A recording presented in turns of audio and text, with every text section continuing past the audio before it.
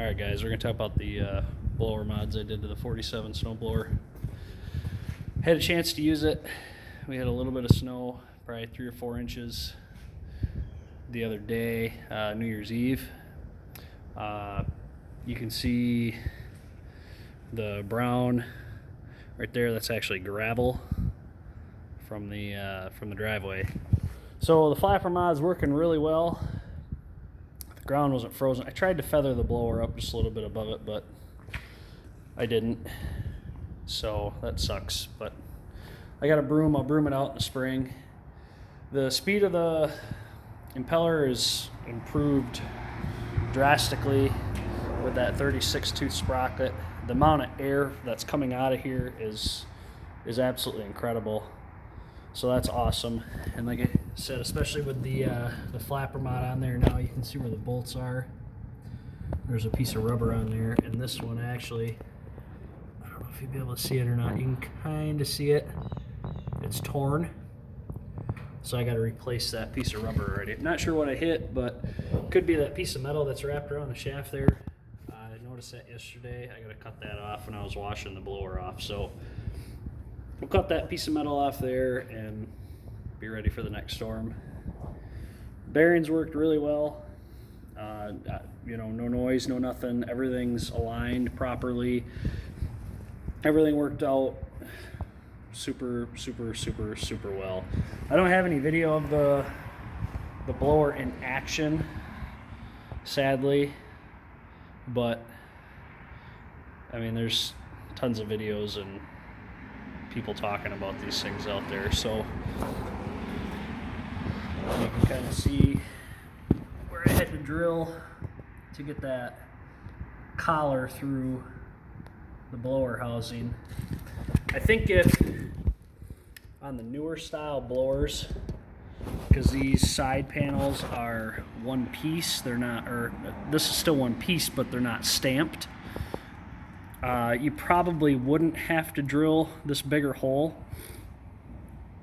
in the side of the blower for that collar. You might have to. I don't know. So yeah, that's kind of the crappy part that I had to do. I did have to drill a fairly large hole in the blower, but it is what it is. For those wondering, it's an 1 3/8 hole. I just used a hole saw cup and was able to drill through it, no problem. So, and then these are these 3/8. I don't remember what these are. 5/8 bolts. I don't remember what these 4 are.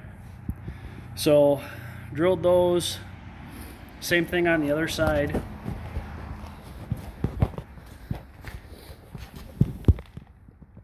There, this one I got a little crazy with. You can kind of see the bottom of where that collar is. I had to shift the hole upwards just a little bit, so I had to do some grinding and different things to get it to center up just right, but I got it perfect. So, and that's some, I'm not 100% worried about it.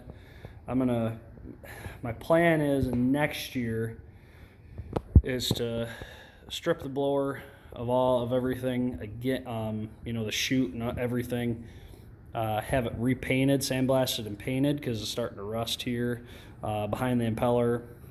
It's starting to rust, and just on the bottom. So no through rust or anything, but I want to slow it down. You know, I got some rust there, so we just kind of get it taken care of and pretty it up, especially if it's going to be on the X748 with that brand new paint job. So yeah, but like I said, the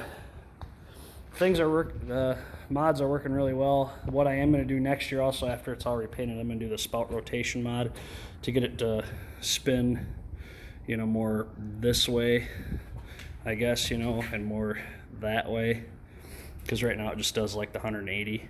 So, but yeah, otherwise, like I said, everything's working really well. One thing that I am gonna ask is if anybody has the John Deere part number for this impeller or for this gearbox, send it to me.